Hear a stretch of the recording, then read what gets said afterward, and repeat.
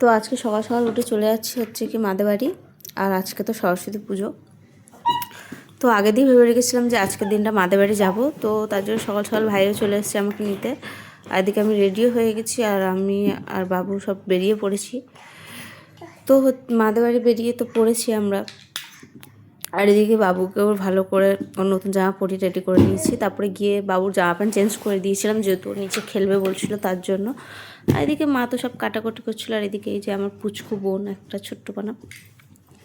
তারপর হচ্ছে কি আমি রান্না করে এসে দেখেছি মা এতগুলো টমেটো কিনে রেখেছে। তো মা বললো এটাকে চাটনি করতে, তাই সেটাই করতে বসে পড়েছি। এসে ভালো করে টমেটোগুলো ধুয়ে নিয়েছি, এবার এইগুলো কেটে নেবো। তো সেইগুলো কেটে নিচ্ছিলাম। তারপরে হচ্ছে কি তেল গরম করে ওতে হচ্ছে কি 5 ফোড়ন দেবো। তারপরে কটা শুকনো লঙ্কা দিয়ে ওটাকে ভালো করে ফোড়ন দিয়ে তারপর টমেটোগুলো দিয়ে নেবো। এবার হচ্ছে কি এতে মানে 3-4খানা সিটি দেবে। তারপর হচ্ছে কি এইভাবে এটার এবার মানে ভালো করে জাল দিতে হবে যতক্ষণ না এর জলটা মরবে। তো অনেকক্ষণ এটা জাল দিতে লাগে। তারপর হচ্ছে কি কিছুটা জাল দিয়ে তারপর পরিমাণ মতো চিনি দিয়ে দিলে তারপরে যতক্ষণ জাল দেবে একদম পুরো মানে একদম টমেটো সস যেরকম হয় সেরকমই হয়ে যাবে পুরো জমে। এই যে আমার একদম লাস্টে দেখো কতটা ছিল, আর মানে একদম একটুখানি হয়ে গেছে।